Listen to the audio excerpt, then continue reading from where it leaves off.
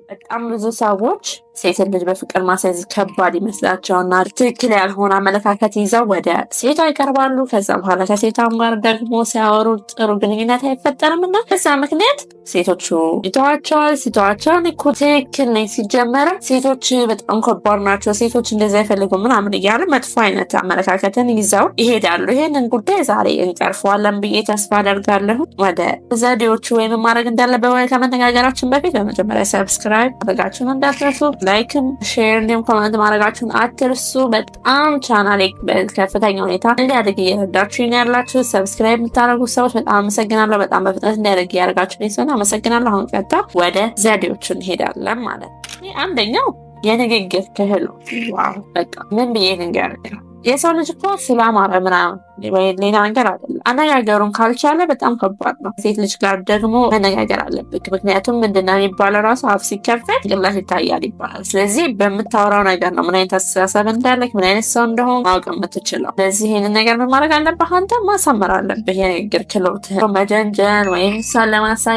ባጤ ቋጥሩ ማውራት ምናምን ራውንድ መጥቶ ማድረግ የሚችለው ነገር ነው። እሷም በተለይ ደግሞ እኛ ሴቶች በጣም ብዙ ወንዶች ነው የሚያዋሩን። ከነዛ ውስጥ ወጥተህ መታየት የምትችል ማድረግ ያለብህ ምንድን ነው? ከልብህ ለማውራት ሞክር። ማለት ከልብህ ስል ኢምፕረስ ለማድረግ ያንተ ለማድረግ ወይም ለማሳቅ ብለህ ሳይሆን በትክክል በቃ ልክ ማሳቅም እኮ አለ። ሁሌ የሆነ ሲሪየስ የሆነ ነገር አታውራ። በተለይ መጀመሪያ ትሞካችሁ ላይ ሲሪየስ ነገር አታውራ። በቀልድ አድርገህ ግን ቀልድ የምትቀልደው ቀልድ አይደለም ሆነ ያለበት። ይሄ ቀልድ ሳይሆን በቃ የማያስቅ ነገሮችን የሆነ ጉዳይ እያወራችሁ ከሆነ ወይ የሆነ ነገር ብታይ እንደዚህ አይደለም ምናምን ብለህ ለማሳቅ መሞከር ነው። በኮንፊደንስ ማውራት። ኮንፊደንስን የመሰለ ነገር የለምና በራስ በመተማመን እኔ ሴቶች ይፈልጉኛል፣ ይወዱኛል። በቃ ለምንድን ነው የማይወዱት? ለምን እንደዛ ብለህ ከራስን ተሰምናለህ? ከዚህ በፊት የነበረው ነገር አንተን ምንም አይወክልህም፣ አንተን አያሳይህ። ያ ያለፈ ታሪክ ነው። አሁን አዲስ ሰው ነህ። አዲስ ህይወት ለመጀመር ሄደህ ሴቶችን ለማውራት ፍቅር ለማስያዝ ምናምን እየፈለግክ ነው ያለው። ስለዚህ አዲስ ህይወት ነው የምንጀምረው። ያ ያለፈው ነገር ትተህ ትሄዳለህ፣ ታዋራታለህ። ማይሆን ከሆነ ኮንፊደንስ ማለት ነው።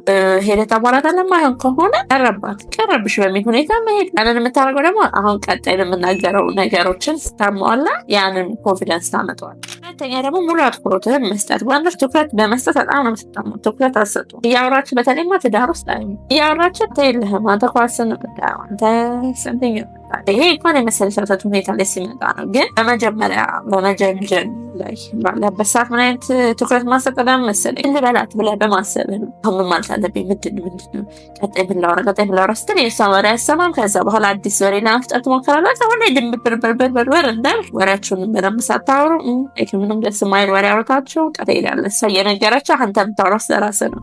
ይሄ ሰውዬ ለምንድን ነው የማወራው ነገር የማይሰማው? እሱ ብቻ ማውራት የሚፈልገው ለምንድን ነው ብላ እንድትታዘብ ዛሬ በጣም ደስ የሚል ቀን ነበረ። ታይ ከጓደኞቼ ጋር ሄድኩ ስትል ልበላት የኔን ቀን ደስ የሚል ነበር እንደዚህ ወይስ ምንድን አይደለም ማለት ያለ ምን እያለች ነው? በዛው ሰናድ እንደዋለ እየነገረች ነው አይደለ? እዛው ላይ ማሰባ ደስ ይል ነበር ብላ ራሱ ዝም ብላ ምን አደረግሽ?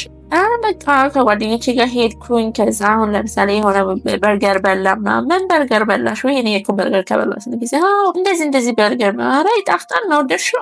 ጓደኞቼ በጣም የወደዱት እንደዚህ ስንል ኧረ ደስ ያለን። ከዛስ ምናምን በቃ በደንብ ማስወራት። እዛው እያንዳንዷን ነገር የምታወራው ነገር እንደ ጥያቄ እያደረግክ እንደዚህ አረሽ መንገድ እየደግም ማስወራት። ከዛ ሳታስበው ረጅም ሰዓቶችን ታወራላችሁ ማለት ነው እንጂ ዛሬ ደስ ይል ነበር ቀንስ ያኔም ደስ ይል ነበር አለቀ፣ ወሬ አለቀ። ስንት ነገር ማውራት የምትችሉበትም ማለት ነው። እንዲሁም ደግሞ ስላጋጠማት ነገር ስለ ችግሯ ስታወራ ከልብህ የሆነ ነገር ሲገጥማት ከአንተ ጋር በደንብ ማውራት እንደምትችል እንድታውቅ አድርጋት። ከሌሎች በተለየ መልኩ ቦታ ልሰጠት ይገባል። እኛ ሴቶች በጣም ከምናያቸው ነገሮች ውስጥ አንዱ ይሄ ነው። ከጓደኞች ወይም ከሌሎች ሴቶች ጓደኞች፣ ሌሎች ከምትቀርባቸው ሴቶች ከእሷ ጓደኞች አብልጠህ ለእሷ የሆነ የምታደርገው ነገር አለ። ፍቅረኛ ሳትሆን እንደ ፍቅረኛ ነው። ሶስተኛ ደግሞ ጊዜ ስጣት። ደምን ብያለሁኝ። ሁሌ ጊዜ ስጣት ስል አንደኛ ዝም ብሎ አብረን መሆንም ማለት ነው። ሁሌ አብረሃት መሆን ከውስጧ እንድትገባ ያደረግህ ትክክለኛ ስሜቷ እንድትረዳ የሚያደርግህ እንድትናፍቅ ስታደርግ ነው። ስለዚህ ራቅ በዛ በዛው አያይዘን ደግሞ የራስህን ኑሮ ይኑርክ ወይም የራስህ ህይወት ይኑርክ። ይሄ ብዙ ወንዶች የሚቸገሩበት ነው። በቃ ሴቶች አንድ ካፈቀሩ ሴት ልጅ ህይወቴ ቤተሰቤ ሁሉ ነገር አንቺ ነሽ ብሎ እሷ ላይ ጥኝ ማለት ጓደኛ የለም ምን የለ ልጅቷ እስኪሰለቻት ድረስ እሷ ላይ ጥብቅ ቢዚ እንደሆንክ ደግሞ ንገራት። አንዳንዴ በቃ እንደዚህ ያሳያል።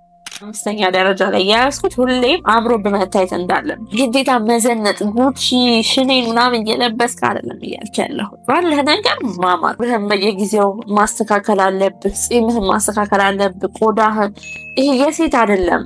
ቆዳን መጠበቅ ራስ መንከባከብ የሴት አይደለም። 6ኛ ደረጃ ላይ የያዝኩት ደግሞ አንዳንድ የግል ጉዳይህን አማክራት። ሰው የሰማ ችግር የሌለውን ሚስጥርህን የግል ጉዳይህን አማክራት። ግን ለሁሉም ሰው ማትናገረውን ነገር አማክራት። 7ኛ ደግሞ አድንቃት ነው። አይንሽ ያምራል፣ ጥርስሽ ያምራል፣ እንትንሽ ያምራል ማለት አይደለም። ወይም እንደዚህ ቆንጆ ሼፕሽ አይደለም። እንደዚህ ይሄ ሁሉም ወንድ የሚላት ነው። ግን ለየት ያለ አይደለም። ስለ ስራ በቃ ከልብህ አይተሃል። ስለ ስራ ደስ የሚል ከሆነ ስለ ስራዋ፣ ስለ ማንነቷ አንቺ እኮ ደግ ነሽ፣ አንቺ እኮ እንደዚህ ነሽ፣ አንቺ እኮ ጎበዝ ነሽ እያልክ እንደዚህ የምታደንቃት ሲሆን በጣም ደስ ይላታል።